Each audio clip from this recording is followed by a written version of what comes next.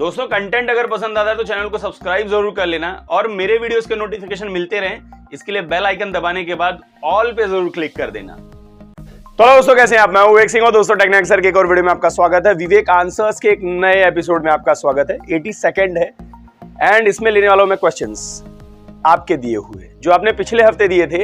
And अगर आपको अगले हफ्ते वाले एपिसोड में आना है तो नीचे कमेंट सेक्शन में क्वेश्चन लिखिए, वहीं से मैं पिक करता हूं। ज्यादा टाइम वेस्ट नहीं करते हैं, चलते हैं पहले पोल की तरफ। पिछले हफ्ते मैंने पोल किया था कि जो आप स्मार्टफोन यूज कर रहे हो ये वाला, ये किस बजट में आपने लिया था, मतलब किस प्राइस में लिया था। 10,000 के नीचे था, 20,000 के नीचे था, 35,000 के नीचे था, 50,000 के नीचे था या 50,000 के ऊपर वाला था।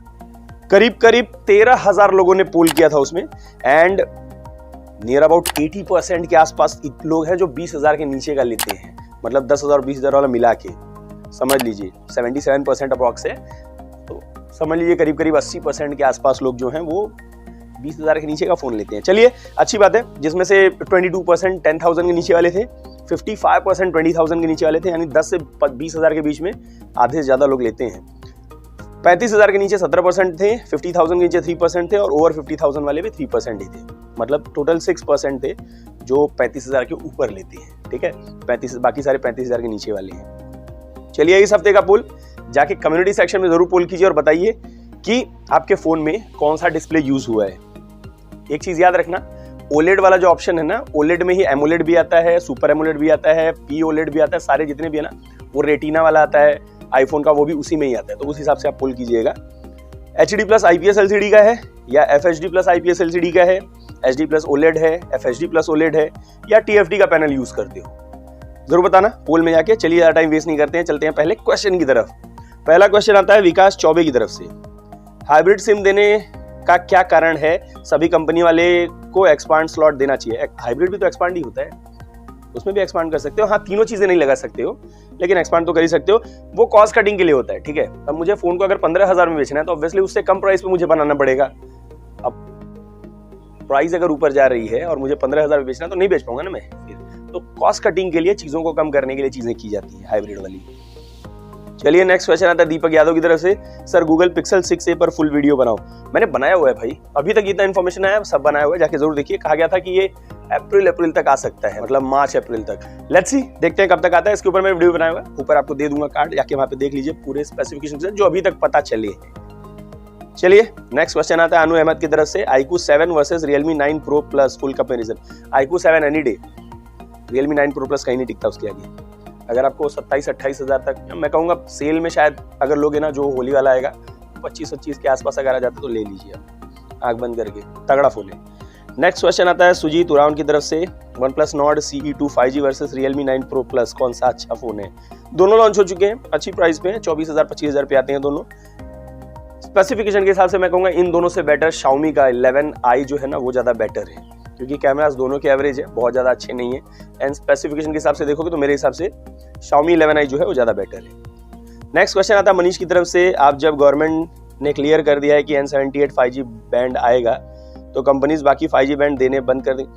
वो तो उस पर फ्रीक्वेंसीज पे होते हैं ना, अलग अलग फ्रीक्वेंसीज पे अलग अलग बैंड काम करते हैं। तो N78 सारी फ्रीक्वेंसीज थोड़ी काम करेगा, तो सारे बैंड्स आएंगे। N41 है, N1 है, N2 है, इसके अलावा बहुत N41 है, N76 है, N78 सारे आएंगे। N78 के नीचे वाले सारे आएंगे।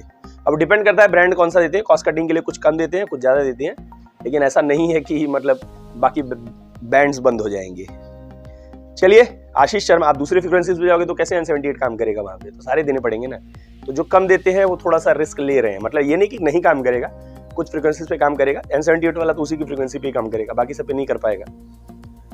चलिए खुश हो जाओ कि चलेगा, ऐसा नहीं कि नहीं चलेगा, लेकिन सारी फ्रीक्वेंसीज पे काम नहीं करेगा वो।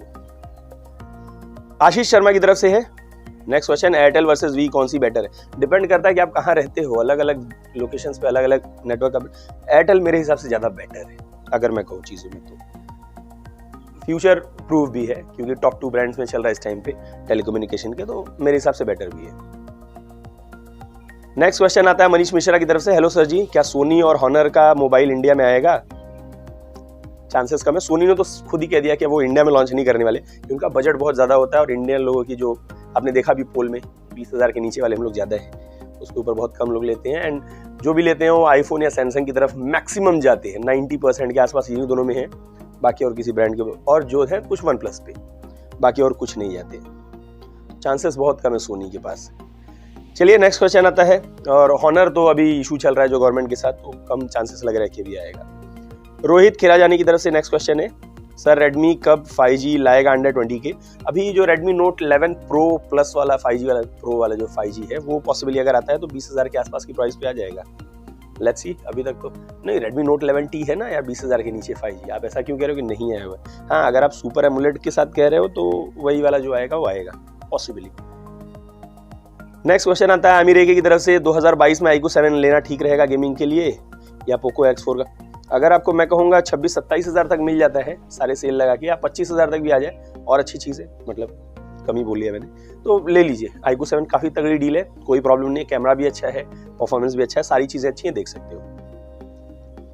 नेक्स्ट क्वेश्चन आता है मानस दास की तरफ से, why Redmi is delaying so much launching proper 5G phone in Note series? हर एक ब्रांड का अपना टारगेट ऑडियंस होता है, ठीक है। आज के टाइम पे बहुत सारे लोग हैं जो 5G फोन लेना चाहते हैं 20,000 के नीचे, क्योंकि सारी चीजें आप एक साथ दे नहीं पाओगे। 20,000 ऐसा बजट है ना कि सारी चीजें एक साथ दे पाना थोड़ा सा इम्पॉसिबल है।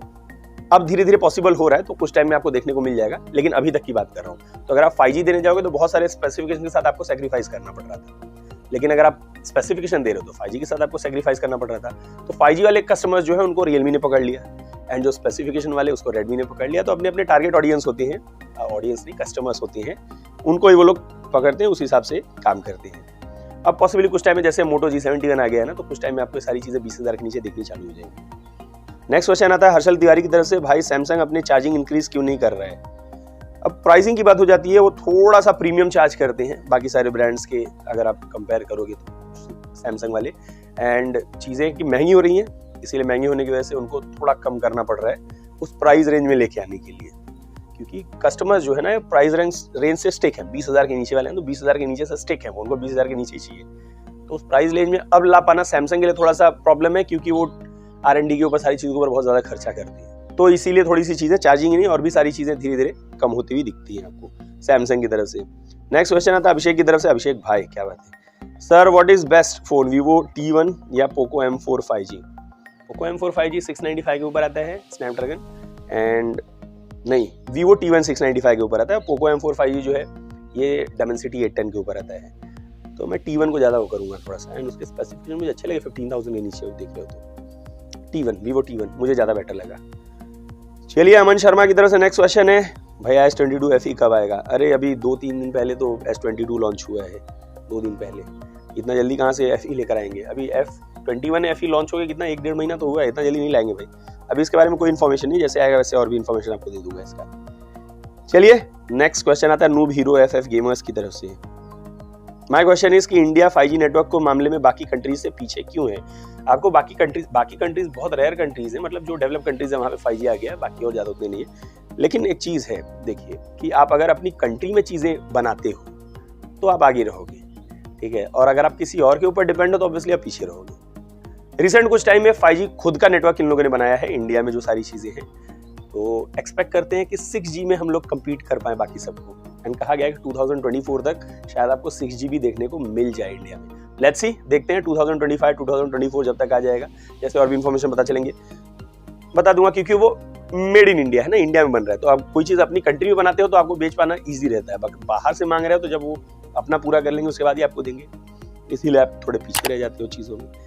चलिए नेक्स्ट क्वेश्चन आता है प्राइम गेमिंग की तरफ से, sir which one company is best, Infinix और टेक्नो दोनों सेम ही ब्रांड है, एक ही थाली के चट्टे बट्टे हैं दोनों भाई, ट्रांजिशन होल्डिंग के अंदर आती है। चलिए हो गए सारे क्वेश्चंस, क्या बात है, सारे क्वेश्चंस हो गए।